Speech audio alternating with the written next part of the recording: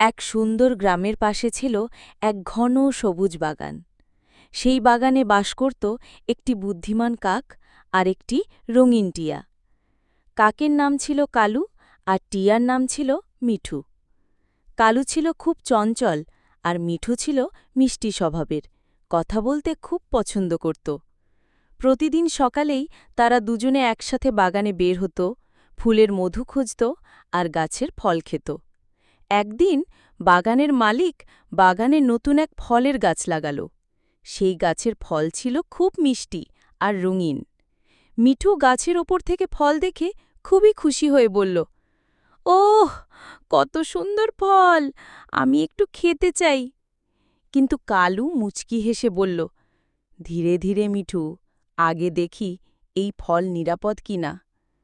মিঠু একটু অভিমান করে বলল, তুমি সবসময় সাবধান আর আমি সবসময় মজা করতে চাই। তখন কালু বলল, ঠিক আছে, আমরা দুজনে মিলে যাচাই করি। আমি প্রথমে একটু খাই, যদি ভালো থাকে তখন তুমি খাবে। কালু খুব সামান্য করে ফলের একটি টুকরো খেয়ে দেখল। কিছুক্ষণ পর বুঝল যে ফলটি একেবারে নিরাপদ এবং সুস্বাদু। তখন সে মিঠুকে ডেকে বলল, আয় মিঠু, এখন তুইও খা, এটা খুব মিষ্টি। মিঠু আনন্দে লাফিয়ে ফল খেতে শুরু করল। দুজনে মিলে মজা করে অনেকগুলো ফল খেল।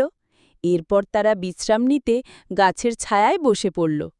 মিঠু হাসতে হাসতে বলল, তোমার সাবধানতা না থাকলে হয়তো আমি বিপদে পড়তাম। ধন্যবাদ কালু। কালু হেসে বলল, দেখলে, বন্ধুত্ব মানে শুধু মজা করা নয়, একে অন্যের খেয়াল রাখাও। আমরা যদি একে অন্যের খেয়াল রাখি তাহলে কোনো বিপদই আমাদের স্পর্শ করতে পারবে না। সেদিন থেকে মিঠু আর কালু আরও ভালো বন্ধু হয়ে গেল। তারা শিখল যে জীবনে আনন্দ আর মজার পাশাপাশি সাবধানতাও খুব দরকার।